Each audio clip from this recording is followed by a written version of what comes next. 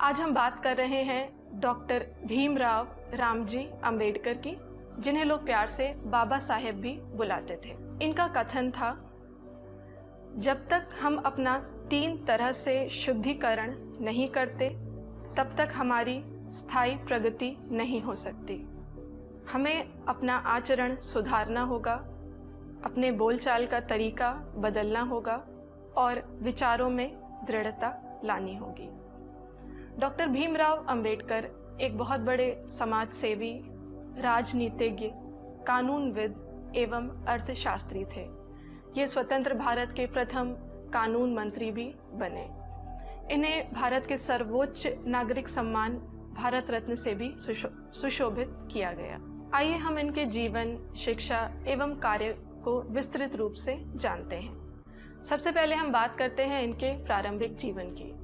Doctor Bhimrao Ambedkar का जन्म 14 अप्रैल सन 1891 को ब्रिटिश भारत के मध्य भारत प्रांत यानी सेंट्रल प्रोविंसेस में, जो कि आज हम जिसे मध्य प्रदेश के नाम से जानते हैं, में इंदौर जिले के एक छोटे से कस्बे महू में हुआ था। हम हर साल 14 अप्रैल को इनके जन्म दिवस को अंबेडकर जयंती के रूप में मनाते हैं। इनके पिता का नाम रामजी मालोजी सकपाल था, जो कि अंग्रेजी सेना में सूबेदार थे।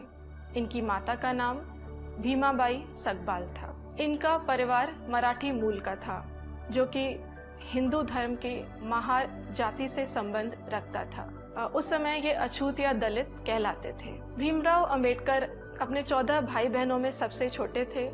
इनकी माता इन्हें प्यार से भीमा कहकर बुलाती थी। इनके पिता जब सेना में सूबेदार थे, उसके बाद रिटायरमेंट के बाद इनके पिता ने 14 वर्ष तक मिलिट्री स्कूल में हेड मास्टर के रूप में कार्य किया। शुरू से ही अंबेडकर जी के घर में पढ़ाई लिखाई शिक्षा का माहौल था। इनके पिता बच्चों को धार्मिक ग्रंथों और महान संतों की कहानियाँ और कविताएं सुनाया करते थे और बच्चों से सुना भी करते थे। दलित जाति में पैदा होने के कारण बचपन से ही भीमराव अंबेडकर को अपमान या सामाजिक भेदभाव का सामना करना पड़ा। उन्हीं दिनों ज्योतिबा फुले नामक एक समाज सुधारक हुए थे, जो दलितों की शिक्षा के प्रचार प्रसार एवं उनको सामाजिक स्वीकृति दिलाने के क्षेत्र में कार्य कर रहे थे। अंबेडकर जी के पिता उनके प्रशंसक और मित्र थे। ज्योतिबा फुले के व्यक्तित्व का भीमराव अंबेडकर पर गहरा प्रभाव पड़ा। आइए अब हम बात करते हैं डॉक्टर भीमराव अंबेडकर की शिक्षा से। ये जब 5 वर्ष के थे तभी से उन्होंने स्कूल जाना शुरू कर दिया था। शुरू में इनकी पढ़ाई में उतनी रुचि नहीं थी। ये बागवानी में ये रुचि रखते थे। इसकी वजह से इनके पिता बहुत चिंतित रहते थे। परंतु समय के साथ धीरे धीरे अंबेडकर जी का पढ़ाई लिखाई की तरफ रुझान बढ़ा और ये अनेकों पुस्तकें भी इन्होंने पढ़ी। इसी बीच उनका परिवार बम्बई चला गया। सन 1907 में उन्होंने मैट्रिक की परीक्षा उत्तीर्ण की। उसके बाद बम्बई के एल्फिंस्टन कॉलेज से उन्होंने इंटरमीडिएट की परीक्षा पास की। 17 वर्ष की उम्र में इनका विवाह रमाबाई से हो गया था। उसी बीच इनके पिता का स्वास्थ्य बिगड़ने लगा था।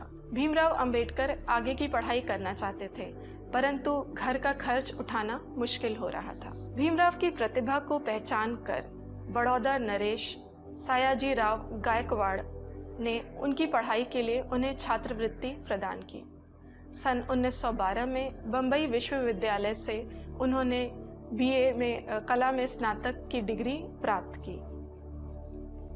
सयाजी राव ने भीमराव अंबेडकर को उच्च शिक्षा के लिए अमेरिका भेजा। न्यूयॉर्क के कोलंबिया विश्वविद्यालय से सन 1915 में अंबेडकर जी ने एमए की डिग्री प्राप्त की अर्थशास्त्र एवं राजनीति विज्ञान से। आगे जाके उन्होंने कोलंबिया विश्वविद्यालय से ही पीएचडी अर्थशास्त्र में किया। इसके बाद 1916 में वे लंदन चले गए। वहाँ से उन्होंने बैरिस्टर यानी वकालत की पढ़ाई की। लंदन के प्रसिद्ध लंदन स्कूल ऑफ इकोनॉमिक्स से उन्होंने पीएचडी में अर्थशास्त्र करना प्रारंभ कर दिया, परंतु बीच में ही उनकी छात्रवृत्ति रोक दी गई, जिसके कारण उनको भारत आना पड़ा। परंतु मन ही मन उन्होंने यह संकल्प ले लिया था कि वापस लंदन जाके वे अपनी पढ़ाई पूरी करेंगे, जैसा कि उन्होंने बाद में किया भी।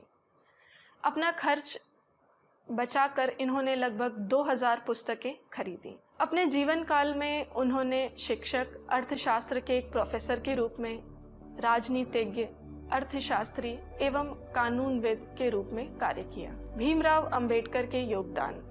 सबसे पहले हम देखते हैं कि समाज सेवी के रूप में किस तरह से उन्होंने अपना योगदान दिया। उन्होंने भारतीय समाज में व्याप्त जातीय वर्ण व्यवस्था का और इस कुप्रथा का विरोध किया। इसको समाप्त करने एवं छुआछूत की समस्या को दूर करने के लिए उन्होंने शाहू जी महाराज की सहायता से 31 जनवरी 1920 को मूक नायक नामक एक अखबार निकाला। इसके माध्यम से लोगों को जागरूक करने का प्रयास किया। इन्होंने दलित, महिलाओं एवं अल्पसंख्यक समूहों जो कि मुख्य धारा से अलग थे, उनके हितों में कार्य किया। समय समय पर अनेक आंदोलन भी किए। ये मानवता, सामाजिक समानता एवं सामाजिक न्याय के पक्षधर थे। 21 मार्च 1920 को भीमराव अंबेडकर ने महाराष्ट्र के कोल्हापुर जिले में दलितों के सम्मेलन की अध्यक्षता की। इसी सम्मेलन में कोल्हापुर नरेश शाहू जी महाराज ने लोगों से कहा, तुम्हें अंबेडकर के रूप में अपना उद्धारक मिल गया है। भीमराव जी 1920 में पैसों का प्रबंध करके पुनः लंदन चले गए और वहां जाकर उन्होंने अपनी वकालत की पढ़ाई पूरी की। भारत आकर बैरिस्टर के रूप में काम भी किया। जुलाई 1924 में बहिष्कृत हितकारिणी सभा की स्थापना की, जिसका उद्देश्य छुआछूत को दूर करना था। ब्रिटिश सरकार द्वारा दलितों को सेना में भर्ती पर रोक को लेकर मार्च 1927 को महाड़ में दलितों का सम्मेलन बुलाया। ये आजीवन समानता के अधिकार के लिए लड़ते रहे। वे सामाजिक बुराइयों और भेदभाव के खिलाफ उन्होंने अनेक आंदोलन किए और अनेक प्रकार से कार्य किया। आइए अब हम डॉक्टर भीमराव अंबेडकर के राजनीतिक जीवन के बारे में जानते हैं। सरकार ने दलित हितों का प्रतिनिधित्व करने हेतु इन्हें बम्बई लेजिस्लेटिव काउंसिल के लिए 1929 में मनोनीत किया। वे 1936 तक बॉम्बे लेजिस्लेटिव काउंसिल के सदस्य थे।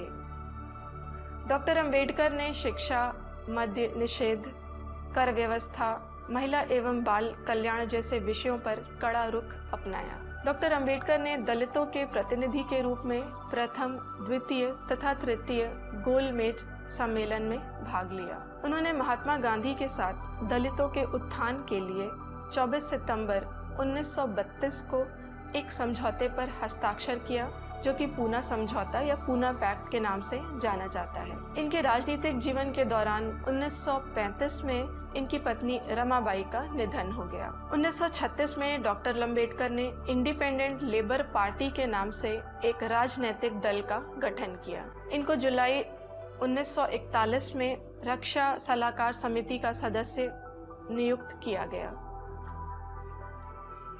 1945 में इन्होंने पीपल्स एजुकेशन सोसाइटी की स्थापना की। इस सोसाइटी ने अपना पहला शिक्षण संस्थान 1946 में सिद्धार्थ कॉलेज के नाम से खोला। अब हम बात करते हैं संविधान निर्माण की। संविधान के निर्माण में डॉक्टर भीमराव अंबेडकर का योगदान सबसे ज़्यादा था।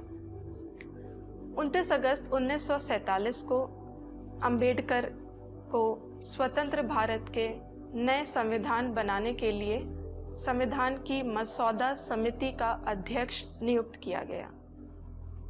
इसे बनाने के बाद 26 जनवरी 1950 को संविधान हमारे देश में लागू किया गया। इसी कारण हर वर्ष 26 जनवरी को हम गणतंत्र दिवस के रूप में मनाते हैं। शिक्षा के क्षेत्र में भीमराव अंबेडकर का योगदान। डॉक्टर अंबेडकर ने अनेकों विषयों में उच्च शिक्षा प्राप्त की थी। ये शिक्षा के बहुत बड़े पक्षधर थे। इन्होंने अपने जीवन काल में अर्थशास्त्र, राजनीति विज्ञान, धर्म और कानून से संबंधित अनेकों पुस्तकें एवं लेख लिखे थे। इनकी कुछ प्रमुख पुस्तकें हैं the Buddha and his Dhamma, thoughts on Pakistan, revolutions and counter revolutions in ancient India. इनके शैक्षिक व सामाजिक योगदान के कारण देश में इनके नाम पर अनेकों संस्थान एवं स्मारक हैं। राजधानी लखनऊ में ही बाबा साहेब भीमराव अंबेडकर नाम से एक केंद्रीय विश्वविद्यालय एवं अंबेडकर पार्क है। 14 अक्टूबर 1956 में डॉक्टर भीमराव अंबेडकर ने अपने लाखों समर्थकों के साथ बौद्ध धर्म को ग्रहण कर लिया। 6 दिसंबर 1956 को भारतीय क्षितिज का यह सितारा सोया तो फिर कभी नहीं उठा। इनके योगदानों के कारण मरणोपरांत सन 1990 में भारत सरकार ने इन्हें भारत रत्न से सम्मानित किया। भले ही डॉक्टर अंबेडकर आज हमारे बीच नहीं हैं, फिर भी उनके योगदानों के लिए हमारा देश हमेशा इनका ऋणी रहेगा और युगों युगों तक इनको याद करता रहेगा।